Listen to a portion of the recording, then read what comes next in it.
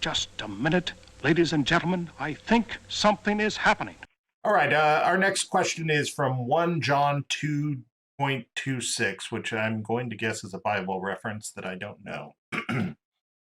The most important question, he says, when will Planet X objects be totally visible, where they can not be denied and the government will be forced to reveal what they know? I am aware that they are visible now to people who can see them, but the public at large still doesn't get it. So he wants to know, when are they going to be visible to the point where the government has no choice but to say yes? I would imagine they will be more visible as they leave, because then they've passed above us and into the light. They've got to be beyond Earth before we can see, because they're dark. We're seeing dark backsides of them, and only the crescent flares and side illuminations, etc. And then now they've done this since 2017-ish, where they've actually gone beyond Earth in their orbital rotation past us in the daily cycles. And we've seen illuminated faces of them. But then also they have atmosphere. So a lot of times what you're doing is you're looking at this big, huge rounded object with all these clouds around it, which is what Earth looks like also from space if you were be out there. And if you're the farther out you'll be, the more clouds you will see. And so they'll be illuminated when they pass Earth toward the end of the cycle. And someone asked earlier, where are we? When are they going to be gone? And that would be anywhere from the next 3 to 5 years from now,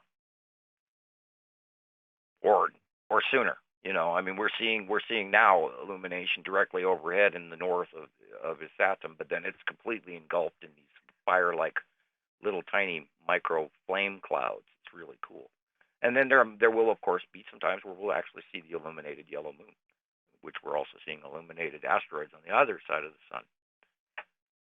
But that's the answer. All right. Luna 3015 asks, how do asteroids illuminate if the system is between Earth and the sun? Why are the planets apart from Nibiru not mentioned in the... well, I guess she has multiples. Let's go with, how do asteroids illuminate if the system is between Earth and the sun? Their static discharge occurs. They build up static when they come, when the larger gas giant and its asteroid group come close to Earth. There's a difference in electrical value, and that causes that. This is where we're seeing the shaft lighting and all these pictures and everything. That's called an ion bleed off, where one body starts to steal ions from another because it's different size and likeness and electrical charge, etc. And then the core valued electrical bodies of these asteroids that are bouncing next to each other could be viewed as hyper accelerated protons or neutrons, depending on their charge, because you could have actually positively charged asteroids with negative bodies right next to them. And when those become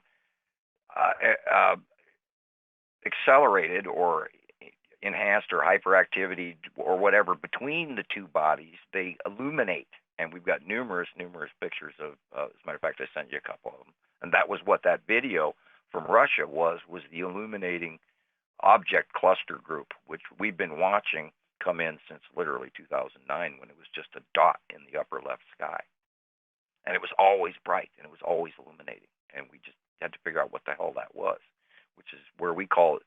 And then eventually, about 2017, we started getting side views of them and close passes and everything else. And this is where we ended up calling it the object cluster group, because it was these clusters of objects. That's where the OCG comes from. And that's what they illuminate, because they're hyperactive between the two bodies. Like arcing electricity. Right. Yeah. They become self-luminescent because they become accelerated between the process between the two planets. Gotcha. Well, this harkens back to our discussion about a fluorescent light bulb, I assume. Right. It sort of does. Just depends on how you point of view and the size of the object and the gases in between. Because there's gases in space as well, and these accelerated particles have something to, be accelerated upon, and so they illuminate.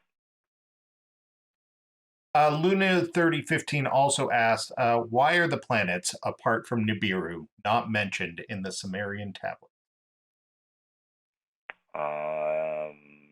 Because it was probably too much information for them to write down.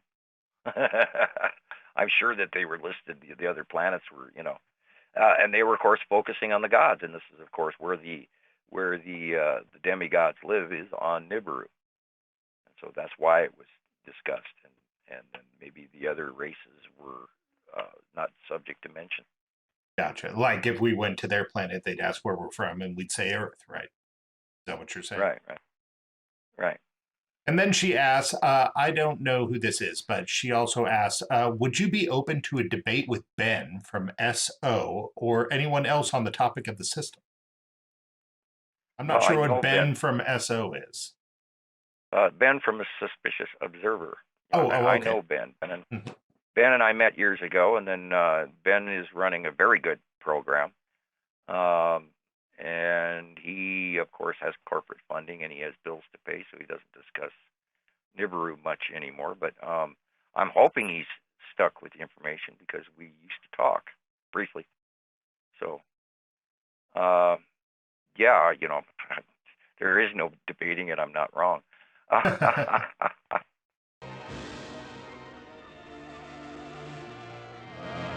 came here to give you these facts. But if you threaten to extend your violence, this Earth of yours will be reduced to a burned-out cinder.